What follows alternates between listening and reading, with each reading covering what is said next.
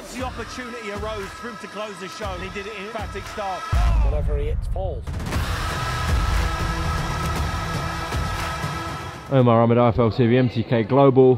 We're at the airport, about to board our flight to London, joined by Ben Davison. Obviously involved in a very eventful night last night against Otto Wallin. We didn't expect that. Just your thoughts on the fight, firstly? Yeah, obviously everybody knows that there was a nasty cut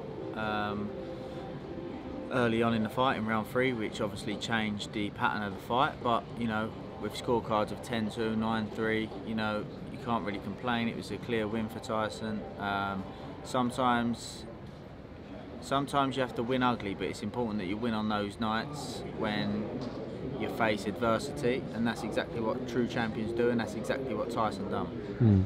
Let's just take sort of our minds back to round 1 and 2 before the cut happened. Tyson looked sluggish a little bit. Is that a fair comment, Ben? Yeah, you know, I'm going to be completely honest, where I knew in the change room that his feet weren't quite where they should have been for whatever reason. I have a couple of ideas why that was, but I noticed that in the change room. If you notice through the warm-ups, you can see at the start of the warming up we was focused on boxing, but I had a feeling that it was going to have to turn into a dogfight. That it was going to be one of those nights and one of those performances, and we made the adjustment of warming up, and you could see that the warm-up adjusted to some more short-range, mid-range sort of inside fighting stuff, because like I say, I felt that the fight was going to go that way. I just had a funny feeling. So good job that we prepared for it throughout camp, never underestimated anyone, prepared for any potential outcome, and like I say, good job we did, because that was what was needed. Good job we had it in the locker. Yeah, then the whole turning point of the fight happened when the cut came into play and Tyson had to change his style up. He's struggling with vision, etc.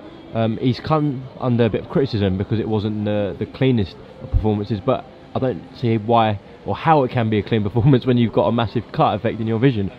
Yeah, usually people are used to a clean performance from Tyson, and I expected in the first 5 rounds Otto to maybe win a round, share a round, that sort of thing. But I felt like Tyson was making him fall short. Just before the cut started, he started making him fall short, making him pay. Tyson just started finding his distance. And even just after the cut, Tyson started landing some telling shots. But the cut worsened as the fight went on. At the beginning I was informed that it was through a clash of heads. And then I was told in the pre-fight meeting that they will be using instant replay, and obviously they used the instant replay to determine that it was a punch, but I wasn't informed by that for a couple of rounds until ESPN informed me.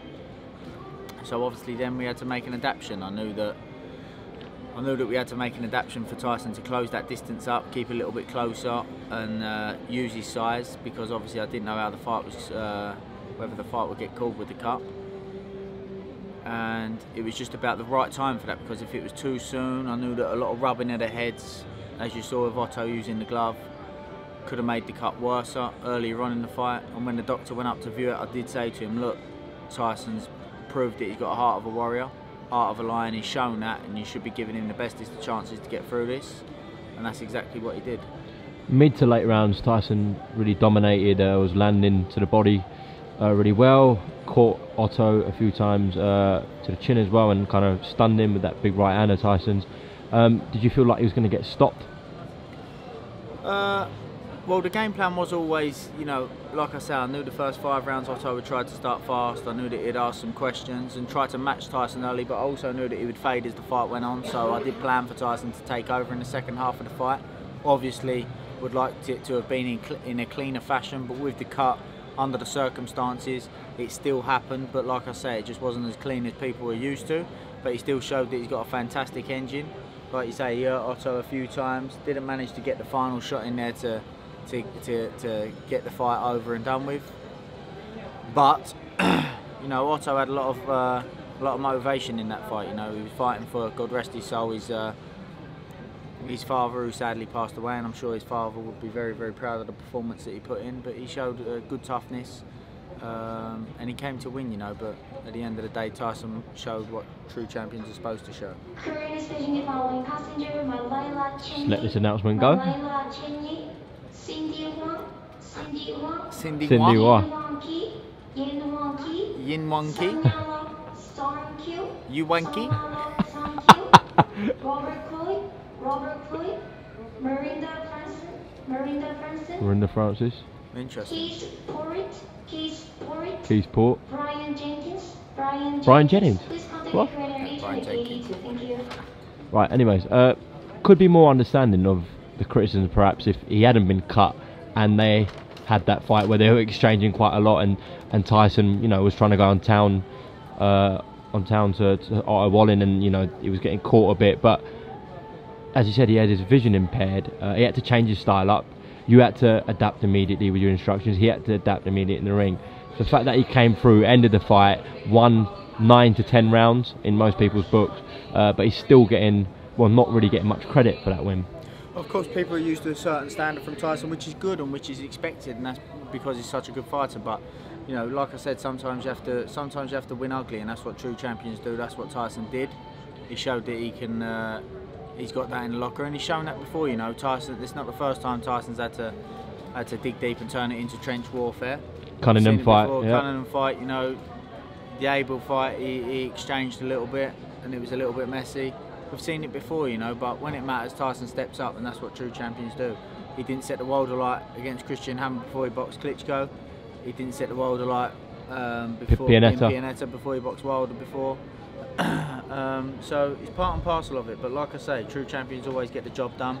I had a feeling that the fight was going to go that way, and good job we prepared for in case it did go that way, because that's what happened. So well done to everybody on that respect. Do you think you overtrained for the fight? But then saying that, Tyson actually had to bring out everything he could to go to sort of the style he needed. There's a slight, there is understanding of overtraining, not in terms of overtraining the training camp like it was too intense. You know, we have a nutritionist, we have a strength and conditioner, we check everything. I'm very big on overtraining, but he has trained non-stop for over 2 years now. On top of that, he does a lot of dinner shows, so those things will take their toll. It's something to address. There's a couple of other things that need addressing as well. But that is a difficult one, because, you know, his training is his medicine for his mental health. So, you know, perhaps we need to find a balance there. But overall, listen, a lot of fighters wouldn't have even got through that, let alone got through that winning a fight 10-2, 9-3, whatever people want to call it. So, you know, it was a champion's performance. Last one on the fight itself, he got buzzed in the 12th round. What was going through your mind when that happened? Well, I'm really buzzed. I knew going into that last that he couldn't see fantastically. He was dabbing at the eye. I knew that his vision was impaired, and he got clipped on a shot on the blind side, and a couple of shots. He changed his height. He didn't close the gap up, which I asked him to do, but he changed his height because he couldn't see where the shots was coming from. And smartly, he didn't try to smother somebody and fall into any shots, because he couldn't see where Otto was. By this point, his face was painted red one side, so he engaged in the clinch when he could see, and then just got through the round. You know, I told Tyson at that point, you just need to control the distance, see the rest of the round out, and that's what he did. Moving on from the fight itself, the whole boxing world is talking about John Fury. Made some comments on the BT broadcast. For people who haven't seen it, he said that basically Tyson needs to change his team up, that you might cost his son's career. What are your thoughts on his comments, Ben? Yeah, listen, I understand that emotions run high. John, he's not able to be there to speak to Tyson, to see Tyson, to make sure that everything's okay. A lot of worries. I fully understand that from a parent's point of view. I think that the comments are wrong. I think that if you know, I'm not going to get in a back and forth. I love the family like my own, but there are, you know, obviously there's a problem that needs addressing. I know that John has made comments in the past as well before, but what you have to remember, which is quickly forgotten, is that, you know, Tyson said himself, like he said and like he's previously said as well, that without this team, he potentially wouldn't, well, he wouldn't have a career and potentially wouldn't be alive today. And that's not just to his team, that's down to everybody, his family and everybody involved, but it's also partly down to his team as well. So I think this, you know, you have to remember that when I know that John was very annoyed, and a lot of this started when the Wilder fight was taken too soon. But I even said to yourself there that I was against him taking that fight so soon. Who made the call then? Tyson made that call. Tyson made that call. He wanted to take that fight. I was against it. John was against it. You know, I had to make a decision. Do I let Tyson go into that fight on his own, or with somebody else that doesn't know him like I know him, without, you know, the relationship and the coaching relationship that we have? I didn't want to do that, and you know, it paid dividends in the end. You know, and like I've said a million times, you know, 1 minute you're the best thing since sliced bread. Next year, no good. Tyson was supposed to get obliterated in that fight inside 3 rounds and wasn't supposed to stand a chance, and then all of a sudden he does what he does, and everybody expected it, and it was, you know, you just can't win sometimes. But it's an unfortunate thing, and like I say, maybe it needs addressing, but maybe it needs addressing in private. Okay, just 2 points on John. Firstly, have you spoken to Tyson about this morning? I spoke to him last night about it. Yeah, I spoke to him last night. But like I say, it's to stay. The conversation. There's obviously.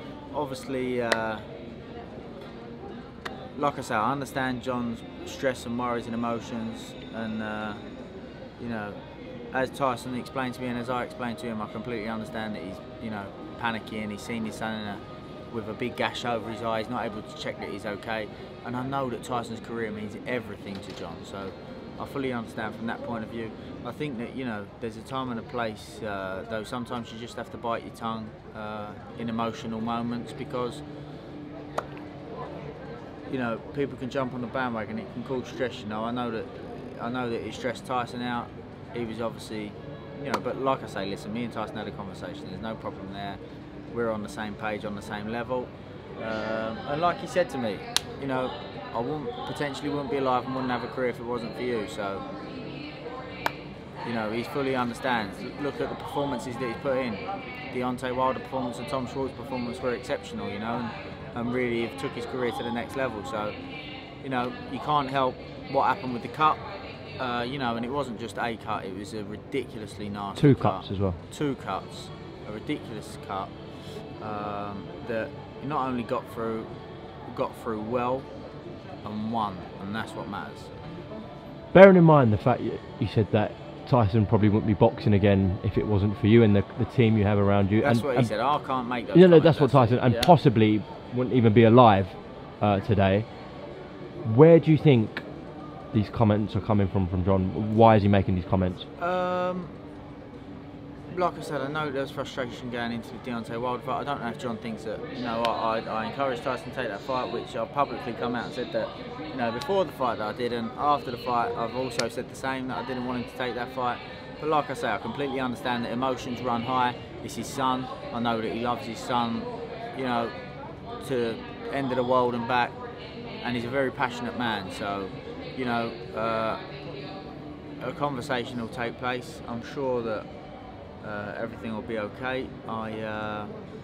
You know, I don't want there to, you know, you've got to understand as well, I don't want Tyson to feel in an uncomfortable position as well. So, you know, hopefully we can get that resolved. Obviously, I'm bitterly disappointed because, you know, like I say, the whole family means a lot to me, and I feel like we've done a fantastic job with Tyson.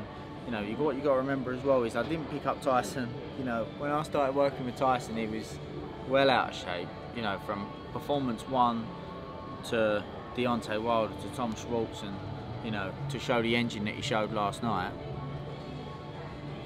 You know, it's a shame of these things, but like I say, I think that conversations based on this matter and in detail need to stay as a close-knit, like we are, because we're a close-knit team, and, you know, everybody's there for the right reasons, so I'm sure it'll get resolved. On a slightly lighter note, why does Bob Arum call you Dan? I have no idea, but Bob Arum is a legend, so he can call me Tom, Dick or Harry if he wants, no problem. To be fair, Bob's been calling a few people a lot worse things than Dan lately, so you'll take that. Yeah. And Frank Warren called Andy Ruiz John Ruiz last night. Yeah, I know. Firstly, I don't know if they was on the last night together, but well, they were in Vegas and work was done. So, anyways, firstly, how's Isaac's hand? And just secondly, a word on his performance. I know you weren't pleased. Yeah, listen, but I made no bones about it. I knew going into the fight, and I made it very public that, you know, he had a tough weight cut. He burnt the candle at both ends. It wasn't a smart move. It was always going to be a tough task. Unfortunately, it wasn't to defend his title because, you know, I made the decision for him to come in that fight a couple of pounds heavier, not defend his title because, you know, I didn't want to take any more out of him, and it proved to be the right decision because I think he struggled with what it was anyway. So it was a tough performance. I also told him not to wear the gloves that he wore because he was going in there with a hand injury, then broke his hand in the fight, so obviously he was in hospital as well. So 2 fights, 2 wins, but 2 hospital trips. So it wasn't an ideal night, but like I say, listen, when your fighters are having not their best nights, but they're coming out with the wins, that's what matters. Of course. Just closing off, we're expecting that Wilder rematch to happen. Of course, he's got to beat Ortiz first.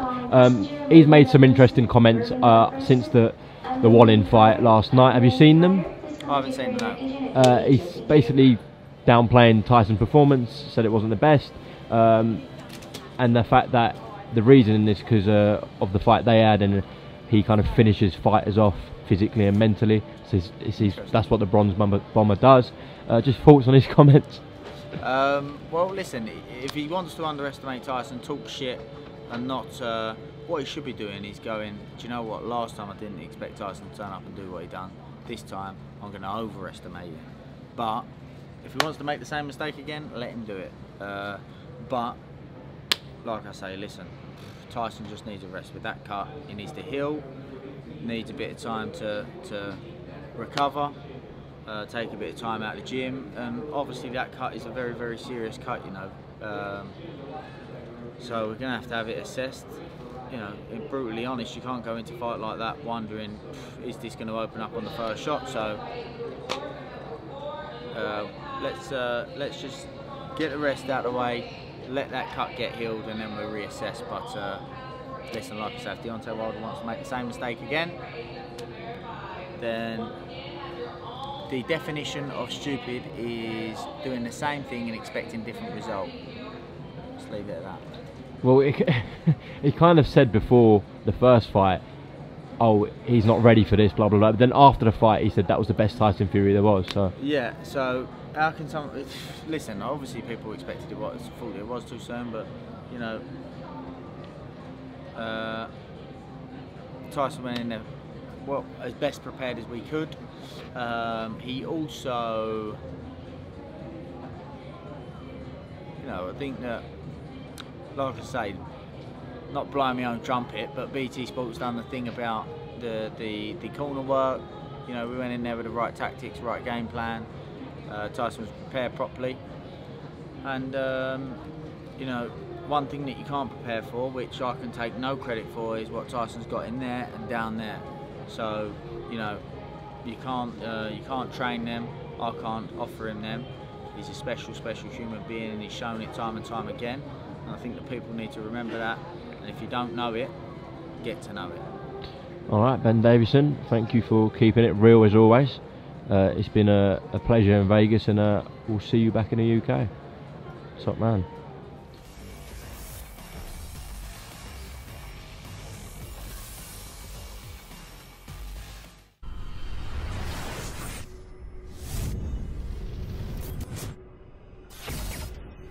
Once the opportunity arose for him to close the show, and he did it in emphatic style. Whatever he hits falls.